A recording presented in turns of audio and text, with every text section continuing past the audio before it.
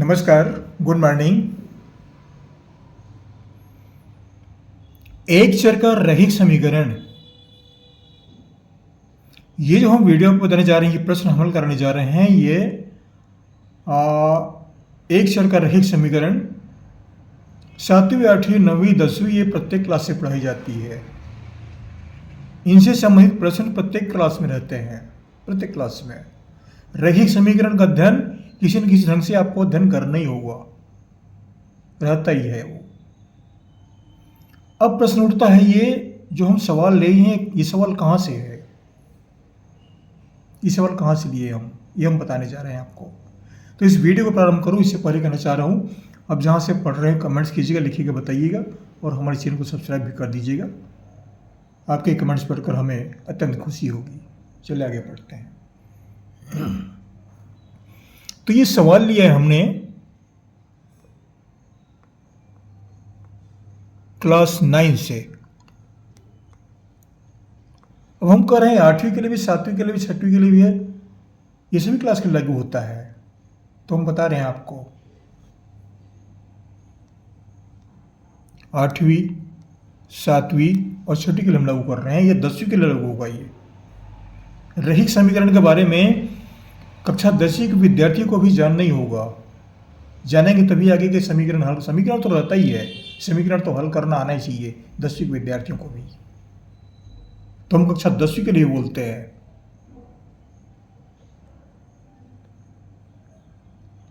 तो 6वीं, 7वीं, 8वीं, 9वीं, 10वीं प्रत्येक क्लास के लिए लागू हो गया। लेकिन है क्लास कहाँ का है, सवाल कहाँ का है? 9वीं का है ये। अब 9वीं में कहाँ पर है, ये हमको बताने जा रहे हैं आपको। देखिए,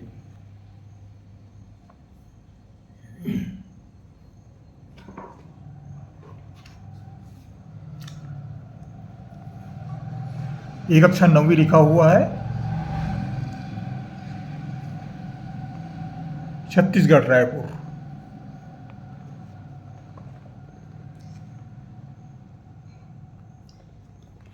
अब देखिए यहां पर ये प्रश्न है कहां पर, ये बता रहा हूं आपको मैं।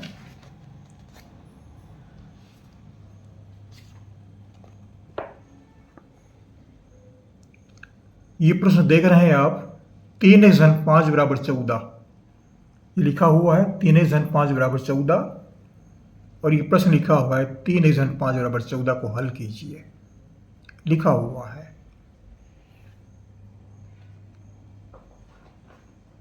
कुछ और बातें बताने जा रहा हूं आपको मैं।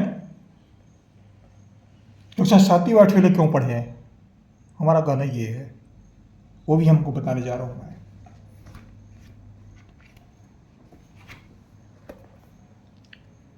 ये कक्षा 7वीं का पुस्तक है, गणित, छत्तीसगढ़, रायपुर। 7वीं गणित है।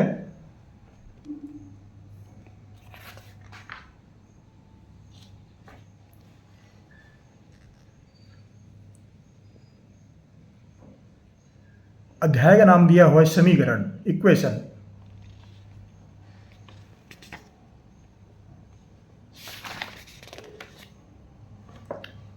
अब इस प्रश्न की तुलना कीजिए, 3x धन 2 बराबर 17। इन दोनों में कोई अंतर नहीं है, बिल्कुल समान है, एकदम एक जैसे। लेकिन इसमें 2 विधियां दी हुई है, 7वीं में 2 विधियां।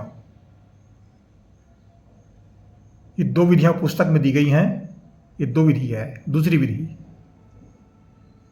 ये हल करने के तरीके हैं, इस तरह से ये सब दिया हुआ है। x बराबर 5, x बराबर 5, ये उत्तर है।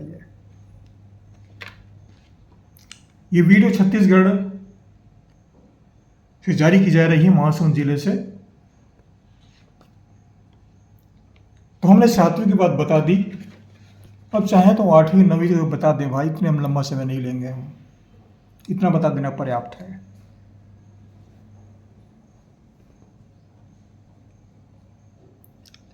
अब मूलभूत सिद्धांत पर आते हैं।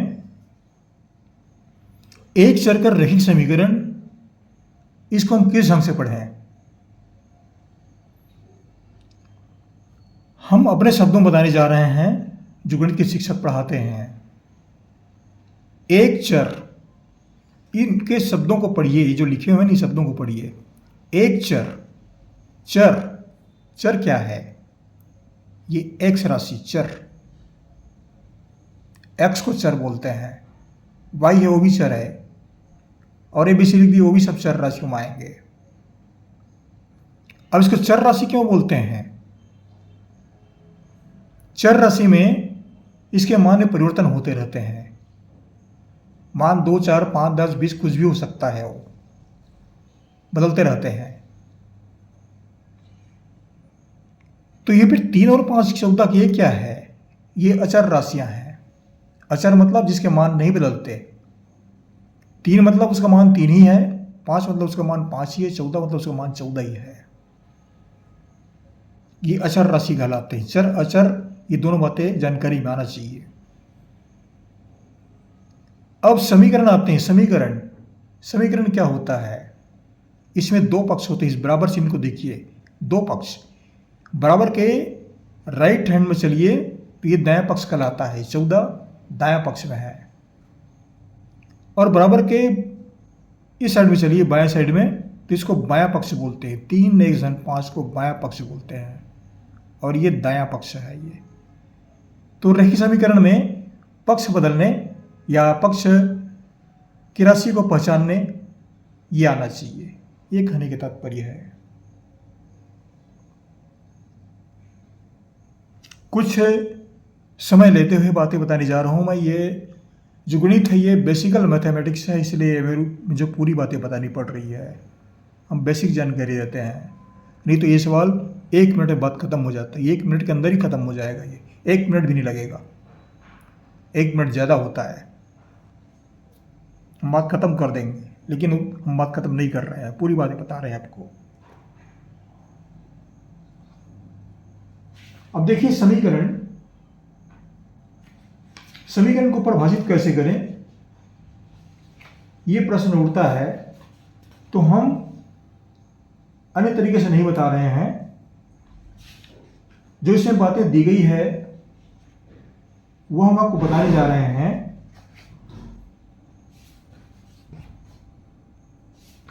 कि समीकरण होता क्या है।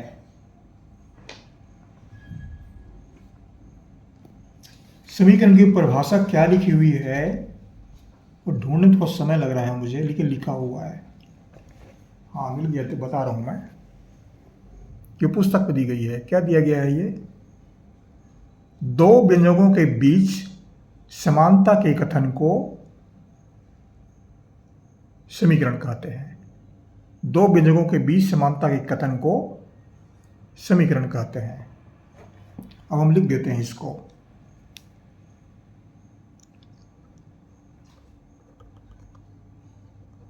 दो व्यंजकों के बीच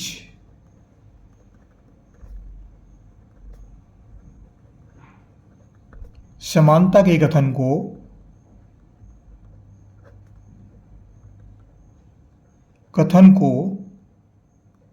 समीकरण कहते हैं। समीकरण की परिभाषा पूछ दिए तो यह बात लिखना पड़ेगा विद्यार्थी को। समीकरण कहते हैं, समीकरण किसे कहते हैं, तो ये परिभाषा मालूम होना चाहिए, इसलिए मुझे बताना पड़ रहा है। नहीं तो ये सब बताने की आवश्यकता नहीं है, लेकिन समीकरण की परिभाषा विद्यार्थी को मालूम होना चाहिए। ये परिभाषा है ये समीकरण की, स्पष्ट है। ये गणित के शिक्षक को अपने शब्दों में अपने तरीके से बता देगा, बहुत संक्षिप्त बता देगा वो। रैखिक समीकरण, रैखिक मतलब रेखा। ऐसा कोई समीकरण बनते हैं जो एक रेखा को व्यक्त करते हैं, वो इसको आगे चल के पढ़ेंगे। अब हम विधियों पर आते हैं।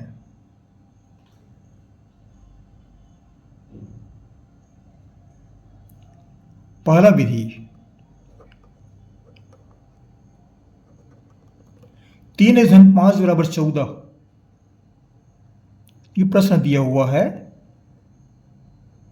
3 1 धन 5 बराबर 14। तो सबसे पहले आप 14 को लीजिए, बराबर चिन्ह को लीजिए। सबसे पहले पकड़िए बराबर चिन्ह को समीकरण में। ऐसी कथन होती है जो दो ऐसी बातें होती है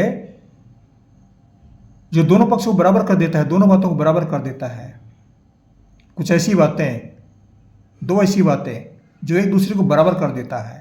तो ये बराबर का चिन्ह लिखा हुआ है, इसको देखिए, बराबर चिन्ह को। बराबर के इस पक्ष में इसको दायां पक्ष बोलते हैं, दाहिना, राइट हैंड 14 को।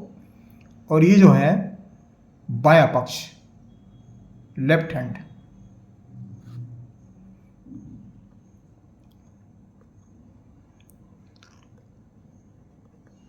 मैं लिख देता हूं पूरी तरह से बात को। बायां पक्ष और ये कहलाता है दायां पक्ष। अब बराबर चिन्ह लिखा है तो बराबर बराबर लिख दीजिए, दोनों पक्ष बराबर हैं। अब हमको x का मान निकालना है, समीकरण हल करना है। क्या कह रहे हैं, 3x5 बराबर 14 को हल कीजिए, मतलब x का मान निकालना है। x का मान क्या है, वास्तविक मान क्या है, यह ज्ञात करना है। यह ज्ञात करना है तो क्या करेंगे, 5 को हटाना पड़ेगा। हटाना पड़ेगा तो दोनों पक्ष में ये धन 5 है, मतलब इसमें 5 जुड़ा हुआ है तो 5 घटा दीजिए।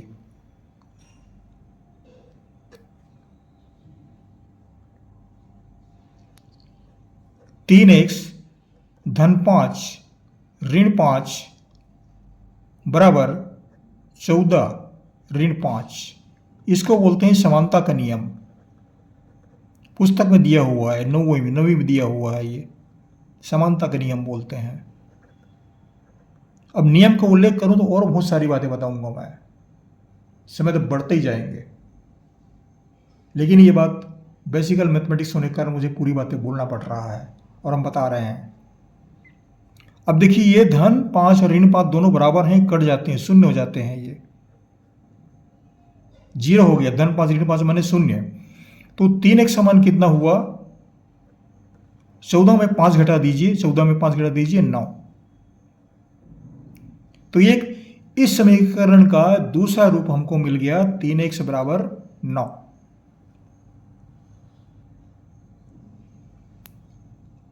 अब मैं उन विधियों पर आता हूं जो पुस्तक में दी गई है, उसको आप समझ लीजिए।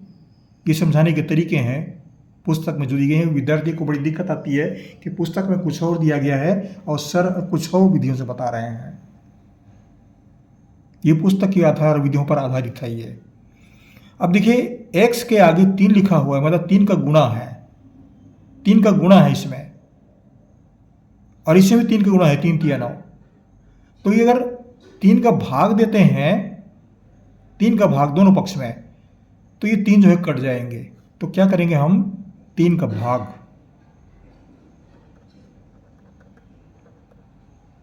दोनों पक्ष में 3 का भाग देने पर, भाग देंगे तो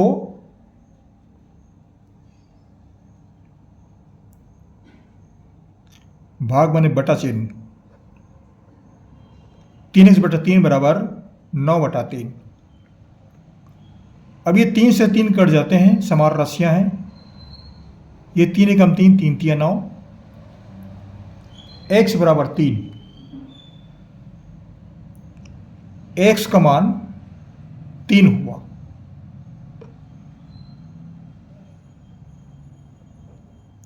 ये उत्तर है।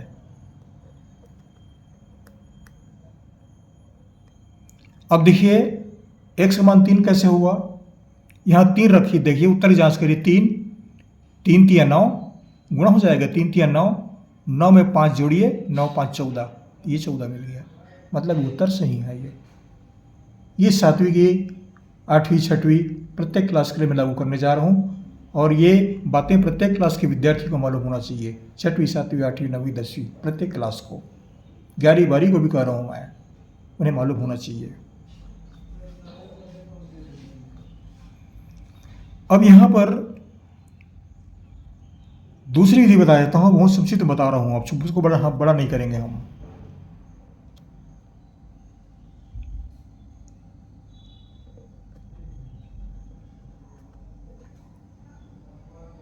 दूसरी विधि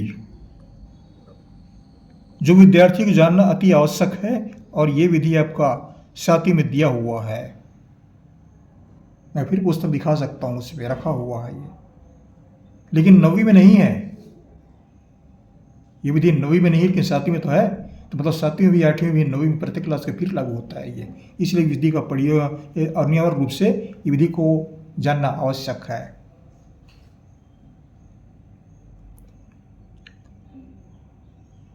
तीन एक्स धन 5 बराबर 14, ये समीकरण हमने उतार लिया है। इस समीकरण को लिखा हुआ है।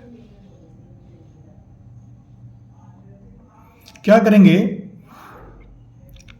इसमें सबसे पहले जो हम पढ़ते हैं वह है पक्ष बदलने की क्रिया। इसको आप समझ लीजिए। पक्ष बदलना मतलब बाएं पक्ष की राशि को दाएं पक्ष में ले जाना और दाएं पक्ष की राशि को बाएं पक्ष में ले जाना। इसको बोलते हैं पक्ष बदलने की क्रिया।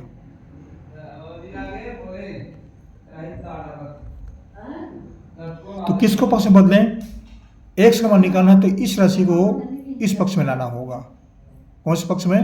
दाएं पक्ष में। तो पक्ष बदलते हैं तो चिन्ह परिवर्तन होता है। धन का ऋण हो जाता है, ऋण का धन होता है। इस पक्ष में आएगा तो धन 5 का ऋण 5 हो जाएगा।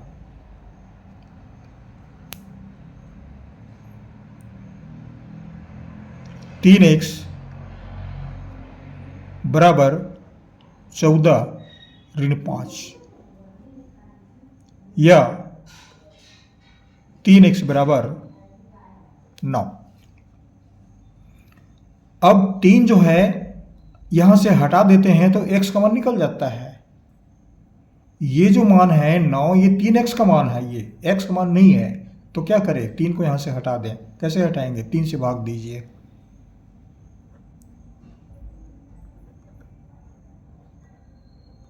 तो ये हट जाएगा।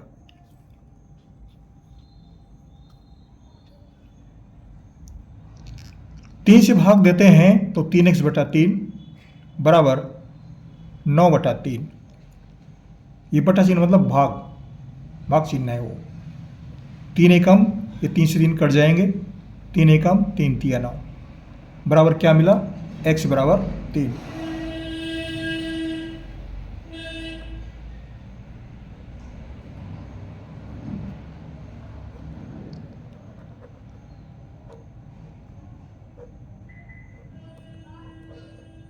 ये आंसर होता है।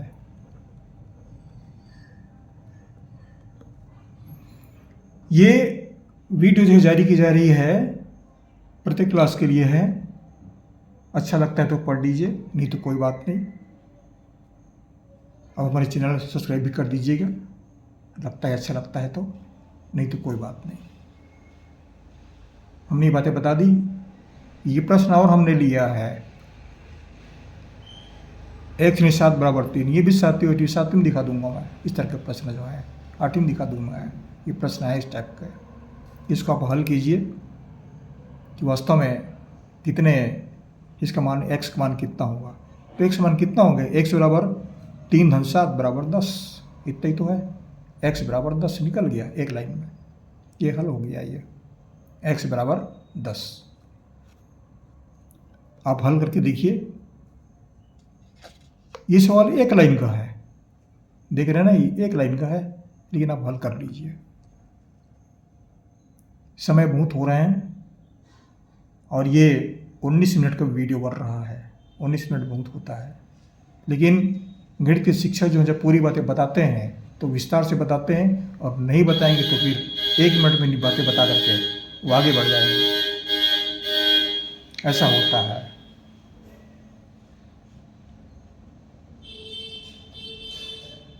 थैंक यू, नमस्कार।